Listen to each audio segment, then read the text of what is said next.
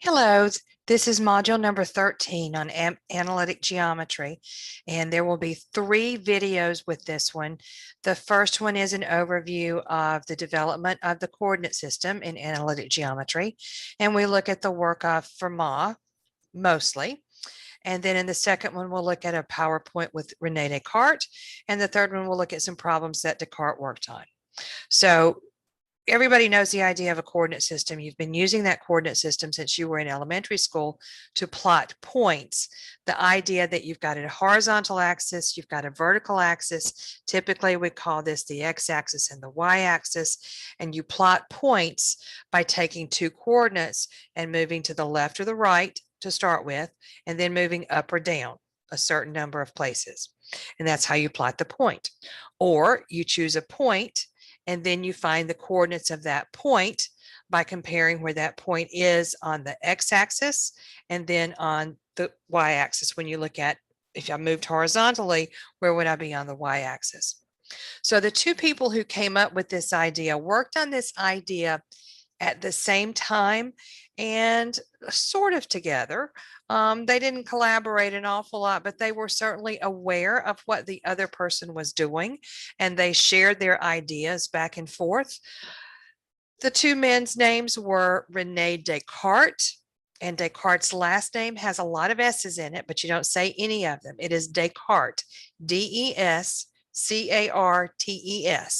René Descartes lived from about 1596 to 1650. And Pierre de Fermat was the other mathematician, and he lived at just about the same time. He lived from 1601 to 1665. Almost contemporaries. Both of these mathematicians were French, so they both lived and worked in France. Descartes, we'll see, traveled a lot and moved to some other places. Fermat stayed in France. They are 2/3 of what's known as the French triumvirate. The third mathematician, Pascal, we'll talk about in the next module. And you'll see Fermat again. We'll see him in the next module, in module 14 on probability. We'll also see him in module 15 on number theory. So both of these guys working together, collaborating, working independently, somewhat together by sharing their ideas, but they both came up with this idea of the coordinate system, but they each had their own little special niche there. They saw it in different ways.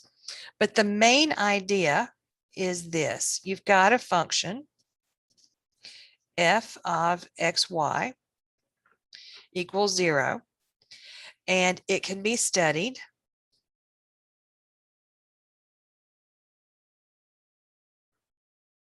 from its locus, L-O-C-U-S, which is just a set of points,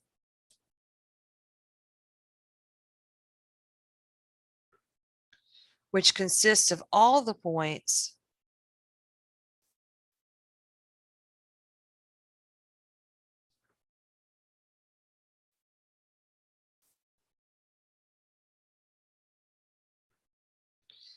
x, y that satisfy the equation.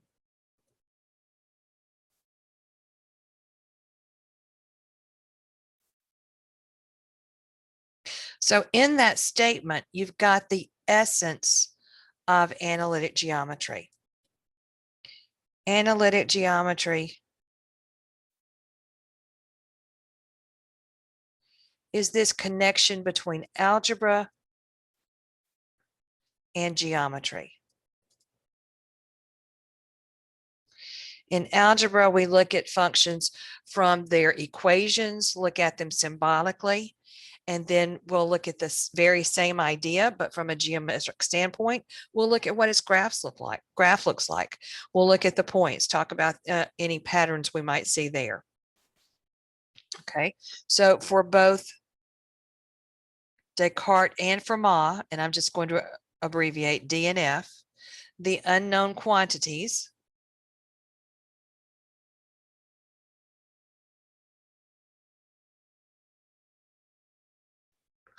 were thought of as line segments. Now that should make you think of something.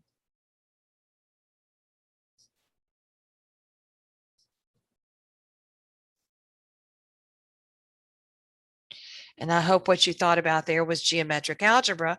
Well, that's natural. If we're talking about something that's connecting the two, that's the way they're thinking about algebra. These variables, they're thinking about in a very geometric way. They're thinking about them as line segments rather than numbers.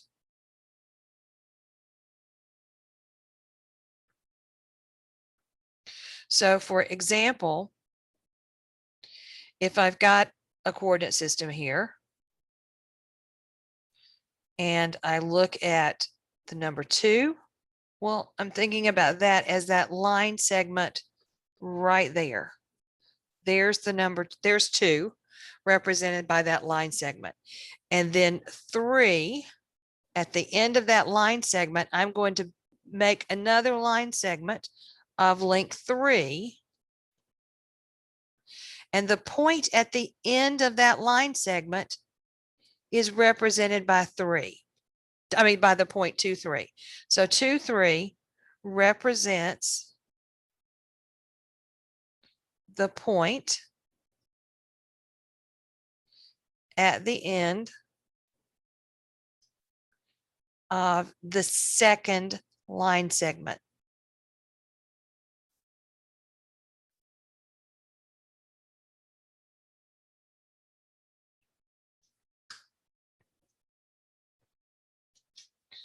And I mentioned what I'm about to say the other day when we were talking about the development of algebra. Fermat used Vieta's notation.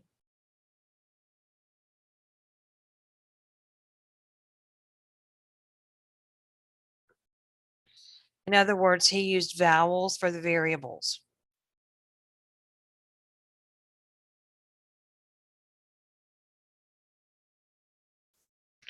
But Descartes used letters at the end of the alphabet for his variables.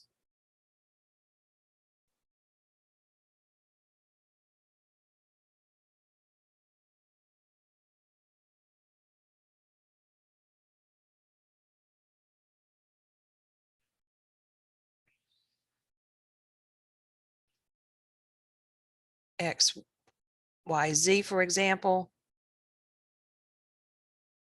Letters at the beginning of the alphabet were constants.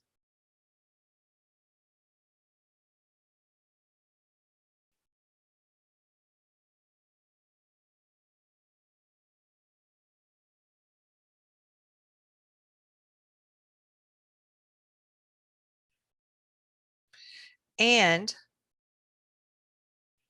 this was the symbol that he used for equals. Looks kind of like a little chain. That's the symbol that he used for the equal sign.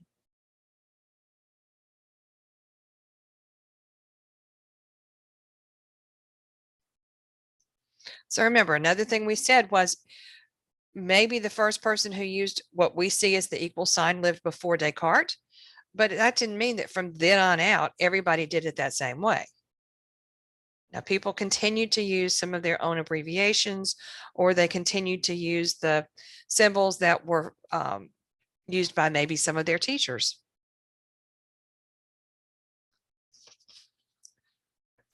All right, well, let's look at some other differences between the work of Fermat and Descartes. Descartes started with a curve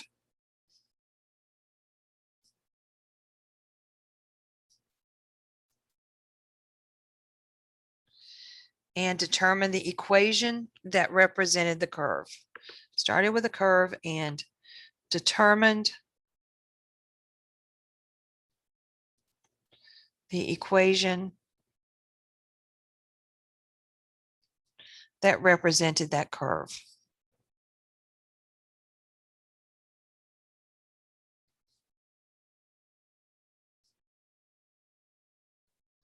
And I'm using that word curve in a very generalized sense. Curve could be a straight line. Fermat did just the opposite. Fermat started with the equation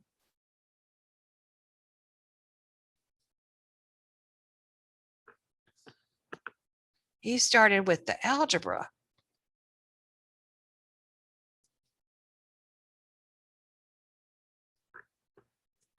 and determined the curve.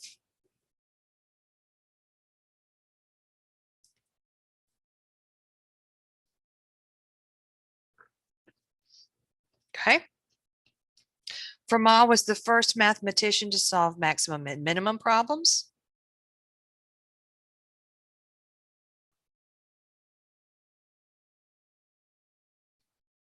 And we'll see how he did that in just a minute.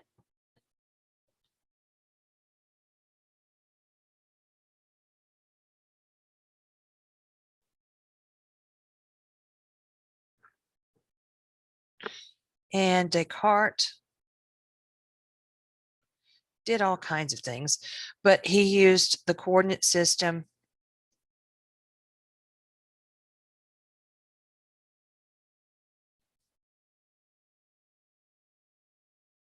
to find tangent lines at curves. Tangent lines to curves, I should say.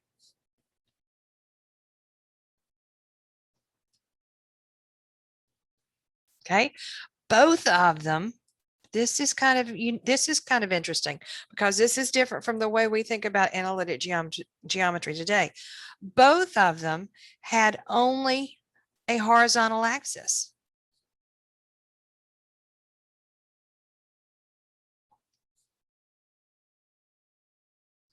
Okay, so they've got this horizontal axis,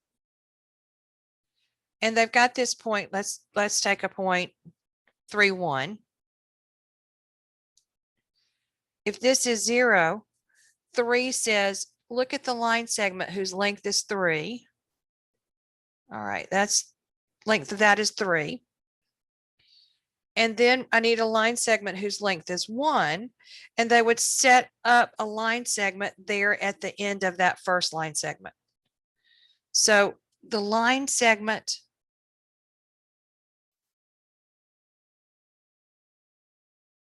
of length 1, excuse me, that was nice, of length 1 that is set up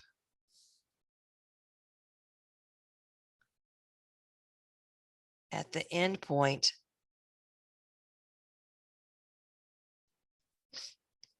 of my first line segment. Now here's something to this a little bit different. That line segment didn't have to be parallel to the first one. I mean, perpendicular. Did not have to be perpendicular to the first line segment.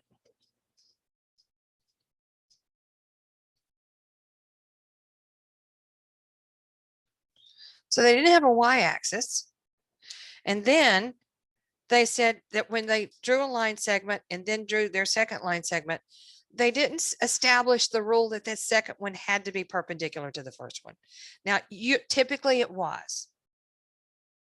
Typically, the line segments were perpendicular.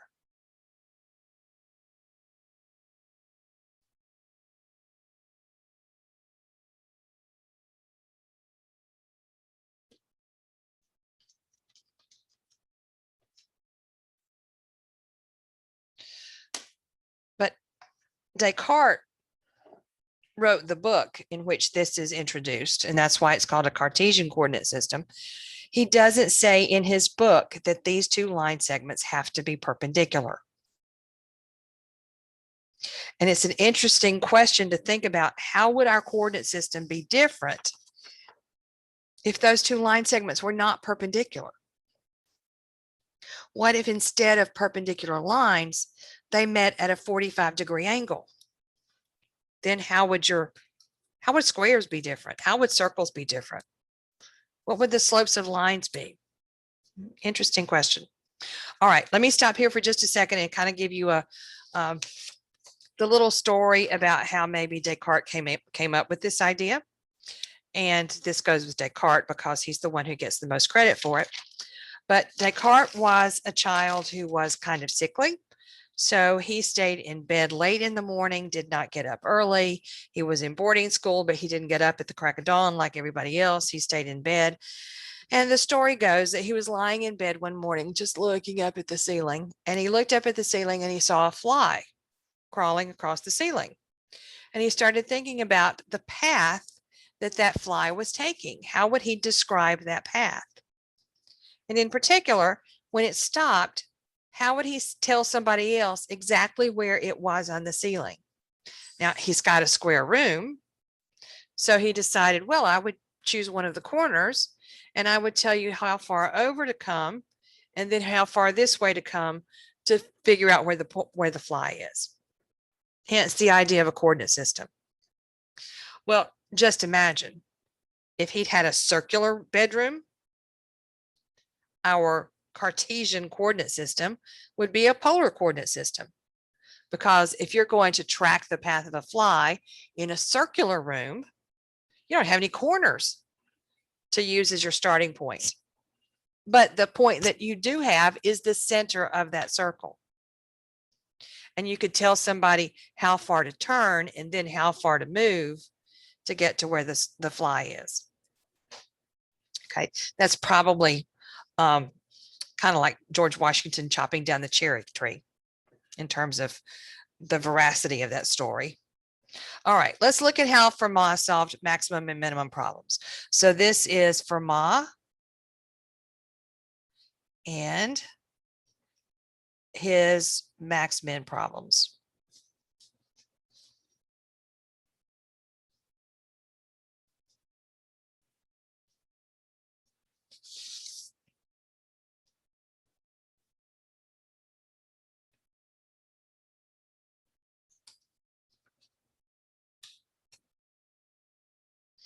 All right, come on, focus.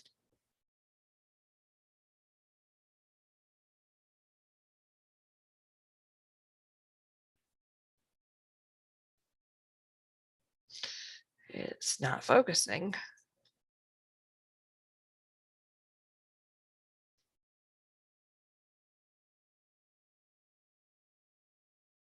There we go. All right, so here's our problem. Determine how to divide a line segment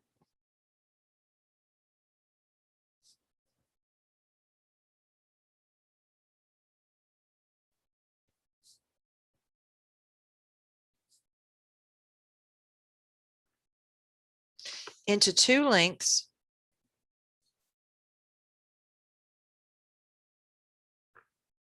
such that the product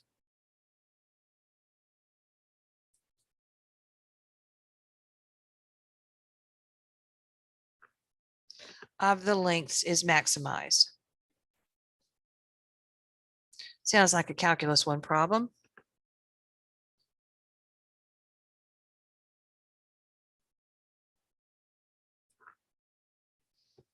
Okay, so I've got a line segment here of length B. And somewhere on that line segment, I'm going to divide it into two parts, and I will call those two parts X and B minus X, because X plus B minus X sure enough gives me B. And I happen to know that 0 is less than X is less than B. My goal is to maximize the product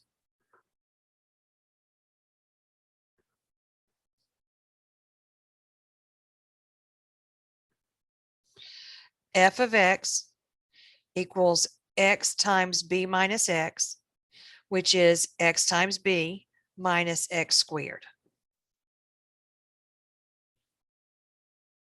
Okay, we're going to follow through the steps that Fermat did to solve this problem. So the first thing he did was substitute X plus E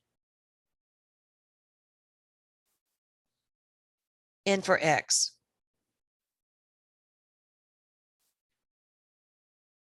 So f of X plus E is equal to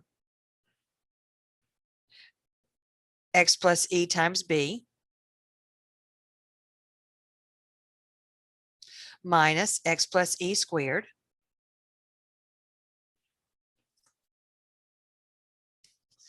so that's equal to bx plus be minus, in parentheses, now let me expand this, x plus e squared, it's going to have a middle term, x squared plus 2xe plus e squared. And now let me subtract each one of those terms. So I've got bx plus be minus x squared minus 2xe minus e squared. Well, none of those terms simplify. None of those are like terms. So I've got 1, 2, 3, 4, 5 different terms here. Okay. Now this is called Fermat's pseudo, which means false, pseudo equality method.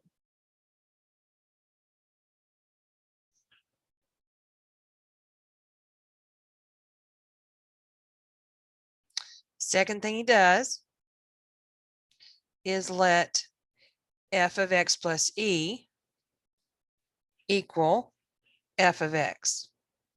Okay, now don't forget what f of x is. Here's f of x, here's f of x plus e. So we're going to set those equal to each other. I've got bx plus be minus x squared minus 2xe minus e squared equals xb minus x squared. And now I can simplify this equation because I do have some like terms on both sides. I can subtract bx from both sides. Bx and xb are the same thing. I can add x squared to both sides. So I'm left with be minus 2xe minus e squared equals 0. Okay. Well, if I keep working with this left-hand side, I notice that every term on the left-hand side has e as a factor. So the third thing I'm going to do is divide each term by e.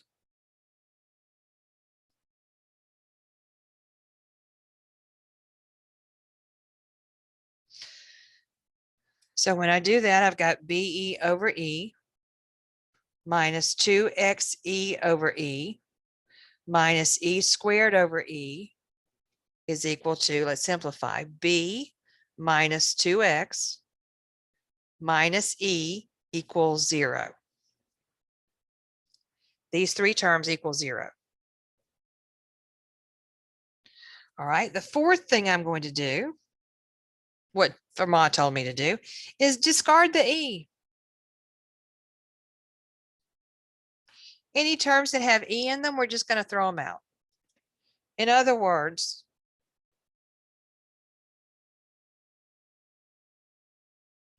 let e equal 0. All right, so that's the only term that has e in it. So that will leave me with b minus 2x equals 0. So the last thing to do is solve for x.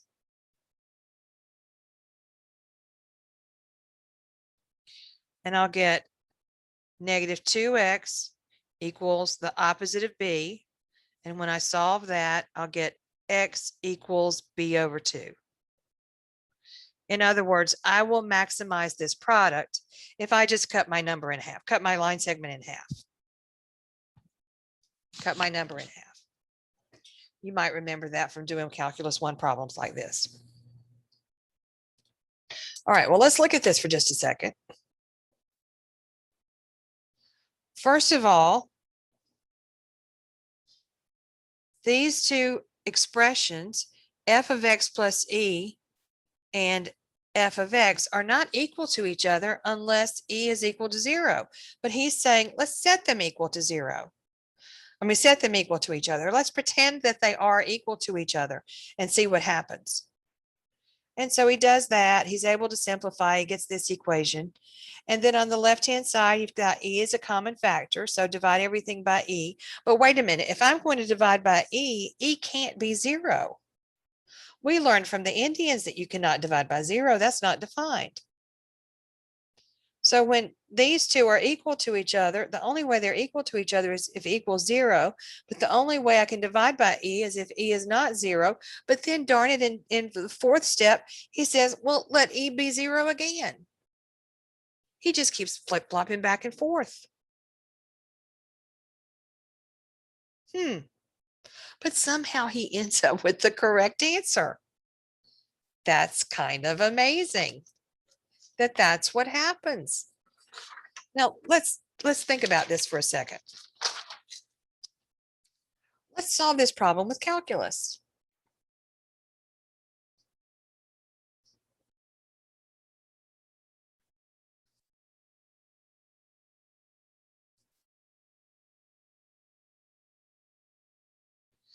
I would be asked to maximize f of x equals x times b minus x squared. And remember all those problems where it says find the maximum value of this function. What was the first thing that you did? And I know you're all thinking take the derivative. So I would take the derivative, and the derivative of x times b with respect to x is b minus the derivative of x squared is 2x. And then we set that derivative equal to 0. So b minus 2x equals 0. And when I solve this for x, I'll get x equals b over 2. Just exactly like what we got before. But look, it only took about that much time. Well, do you remember what we did in calculus before we got to here? When we used the limit definition? The limit of f of x plus h, that h acted very much like Fermat's E. Fermat doesn't have the theory that goes along with the limits to really explain what he's doing. He doesn't explain it in his work. He just says, do it this way, and it'll give you the right answer. With no explanation, with no theory, with no background. Just, hey, it works. All right, well, let's try it one more time. Let's do another example. We're going to use Fermat's pseudo-equality method.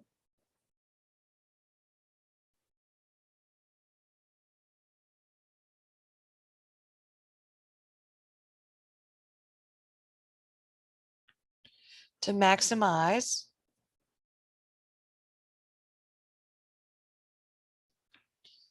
f of x equals 8x minus 8x squared minus x to the third.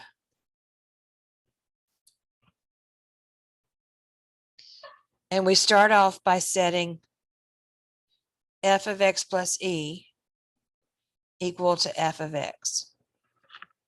So I'm going to have 8 times x plus e squared minus x plus e to the third equals 8x squared minus x to the third. And you could race me and do this with calculus and see, we'll see who gets there first. You're probably already there.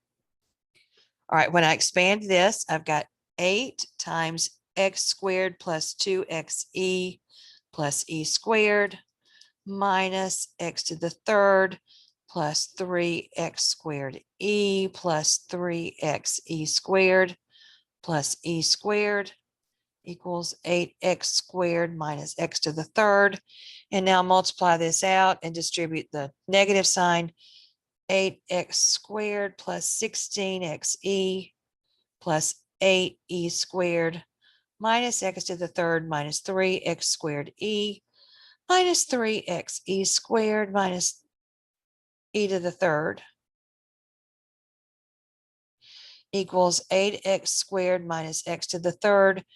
8x squared I can subtract from both sides. add x to the third to both sides. So I'm left on the left-hand side with 16xe plus 8e squared minus 3x squared e minus 3xe squared minus e to the third equals 0. Every single term has e as a factor. So divide everything by e, and I'll get, make a note, that's what I'm doing. Divide by e, I'll get 16x plus 8e minus 3x squared minus 3xe minus e squared equals 0. And now discard the e. I'm left with 16x plus 0 minus 3x squared minus 0 equals 0. So when I solve this equation for x, I can factor out an x, and I've got 16 minus 3x equals 0. So either x equals 0 or x equals 16 over 3.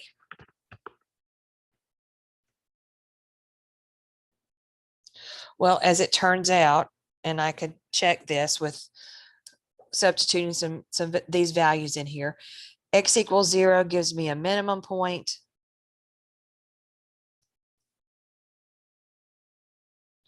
X equals 16 over 3 gives me a maximum point.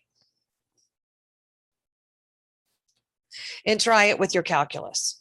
Using your calculus, you'll get 16x minus 3x squared.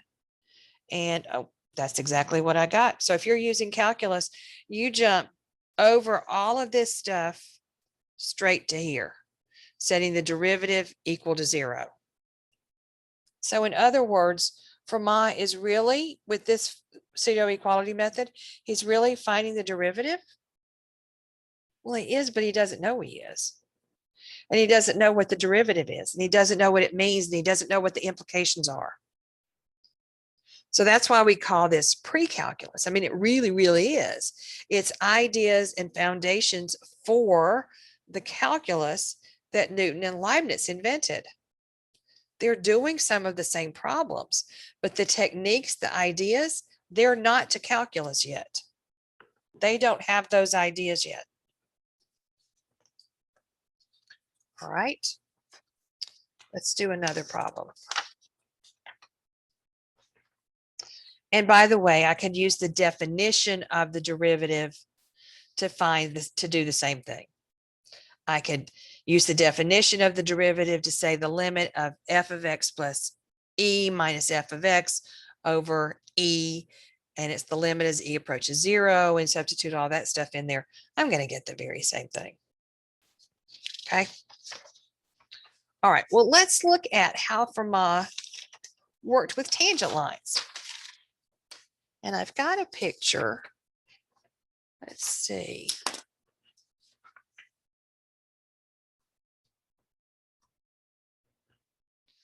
So here's my picture. Here's the question I'm going to ask. What is the slope of the tangent line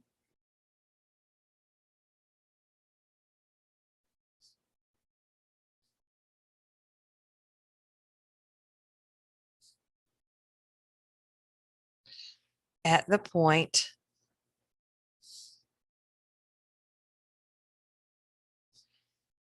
x f of x?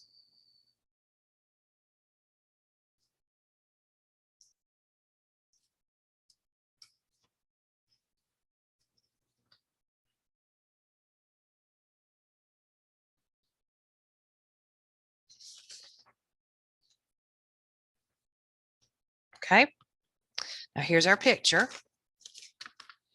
And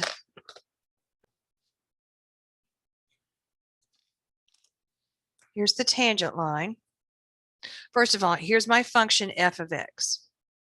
Okay, here's the point x f of x. Here's the tangent line. At that point, this line is tangent to the function. So let me just highlight that line and put this in yellow just so that you know, remember what that is. Okay.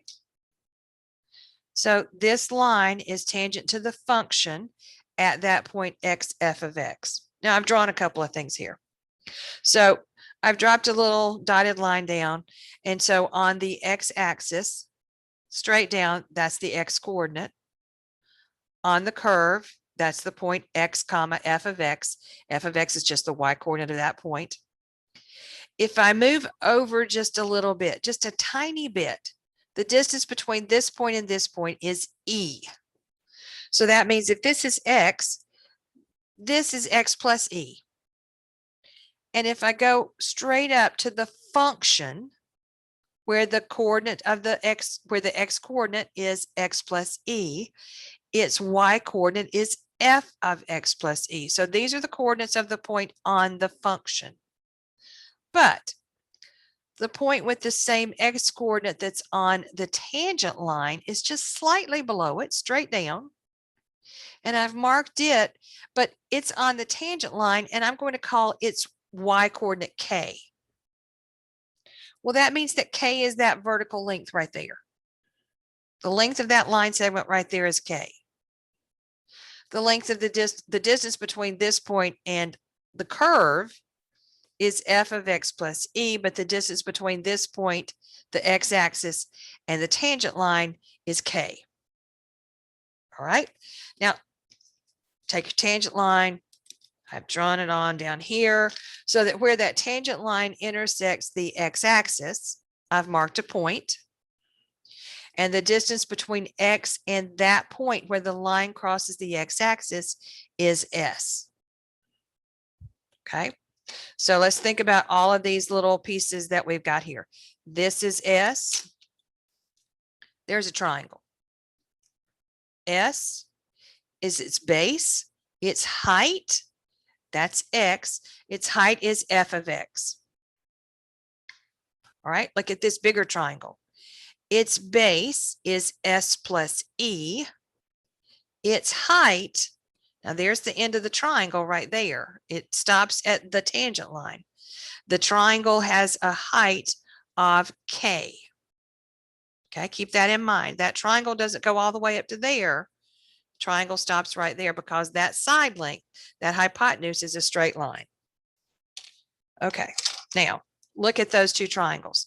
Those two triangles are similar to each other. They're both right angles, right triangles. They both share this angle down here. So these two angles have to be congruent to each other. Okay, so the two triangles are similar. That means sides are proportional. So let's write that down. Since my two triangles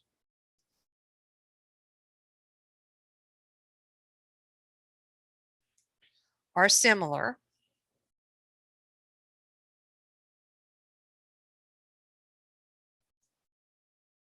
the sides are proportional.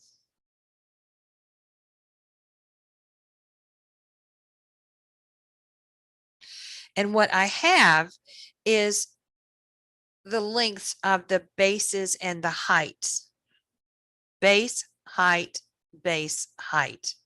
I don't have the length of those hypotenuses. If I did, they'd be proportional, but I don't know what they are. I guess I could find them with the Pythagorean theorem. I'm not going to. I'm going to set up a proportion here, comparing the base to the height of my two triangles. And I get in this smaller triangle, the base is S, the height is f of x. In my bigger triangle, the height is s plus e. I'm sorry, the base is s plus e, the height is k. All right. Well, I've got two fractions set equal to each other, and I can do all kinds of gymnastics with these four numbers. If I multiply both sides by k and divide both sides by s plus e, let's see, what do I want? Divide both sides by S, multiply both sides by K. I can write this as, this is the same thing as K over f of X is equal to S plus E over S. Okay. Take this equation, multiply both sides by K. So K comes out of the denominator, move to the numerator over here, divide both sides by S. So S comes out of that numerator and comes to the denominator over here. Now S plus E over S, I can write as S over S plus E over S.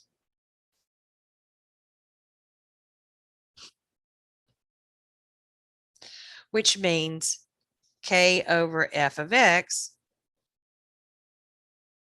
equals 1 plus E over S.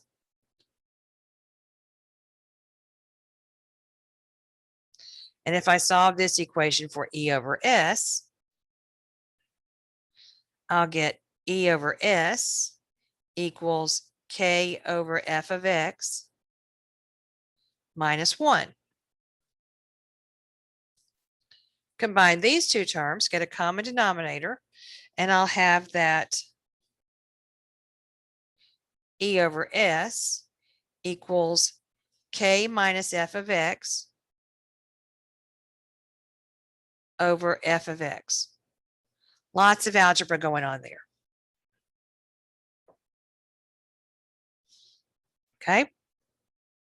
Now take the reciprocal of each side of this equation, and I get S over E equals f of X over K minus f of X.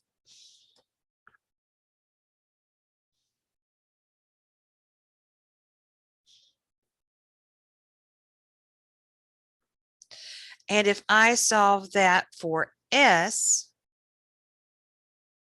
I'll get that S is equal to E times f of X over K minus f of X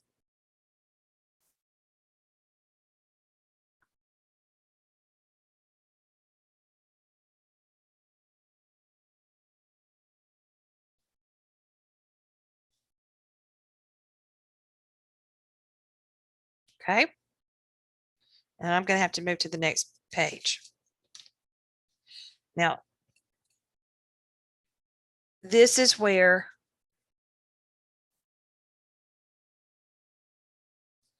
Fermat uses the pseudo-equality method.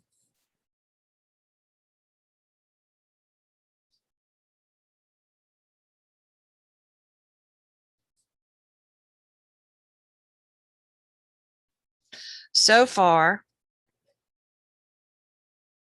we've got S equals E times f of X over K minus f of X.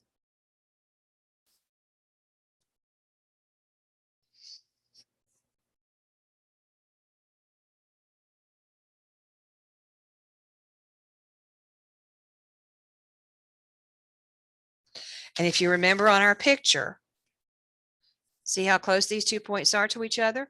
They have the same X coordinate, but they've got the Y coordinates that are very close to each other. So this is his pseudo equality method. He's going to say, we're going to let these equal to each other. So let f of X plus E equal K.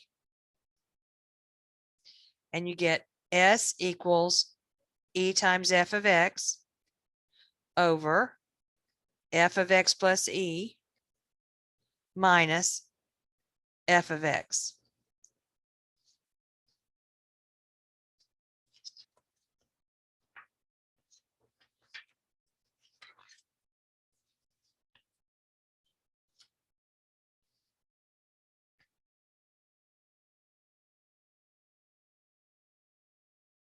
Now go back and look at this for a second. Because the slope of the tangent line If I look at the distance between 2 points, the slope over the tangent line is just a slope of a line. It's a rise over run. Well, how do I move from this point to this point? I go up k units. No, I go up f of x units. I move over to the right s units. The slope of that line is f of x over s. So from the graph,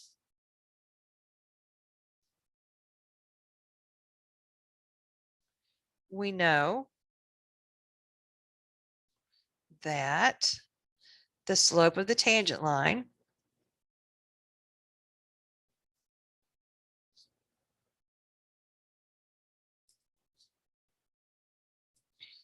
is f of x over s.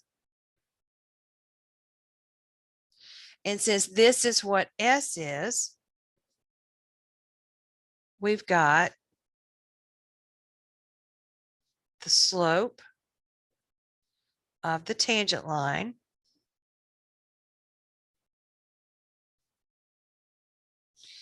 is f of x over e times f of x all over f of x plus e minus f of x.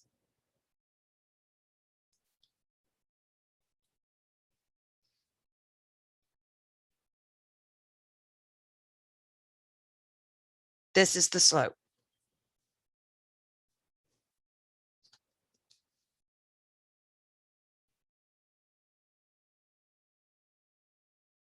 All right, let's try it. Let's see if I have enough room here. Now, let me write it over here. All right, let me write this. The slope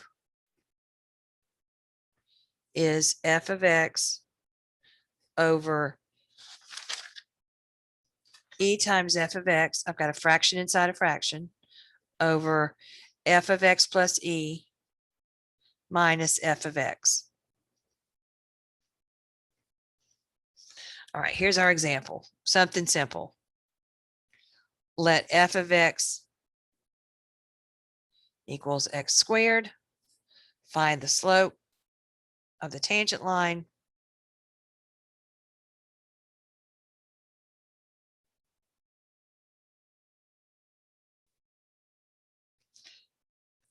At the point 3, 9 when x equals 3.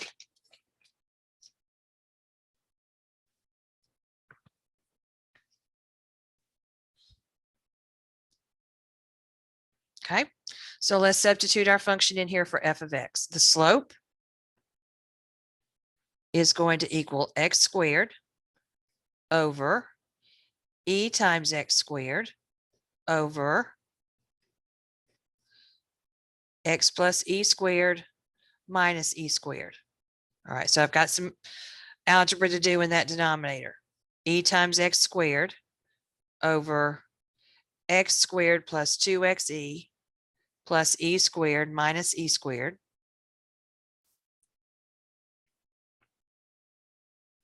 And when I simplify this denominator here, I'll get that's equal to x squared over ex squared over x squared plus 2xe, because e squared minus e squared is 0.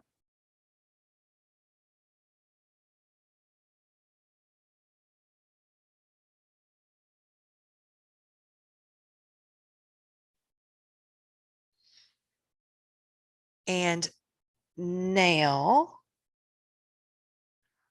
I've got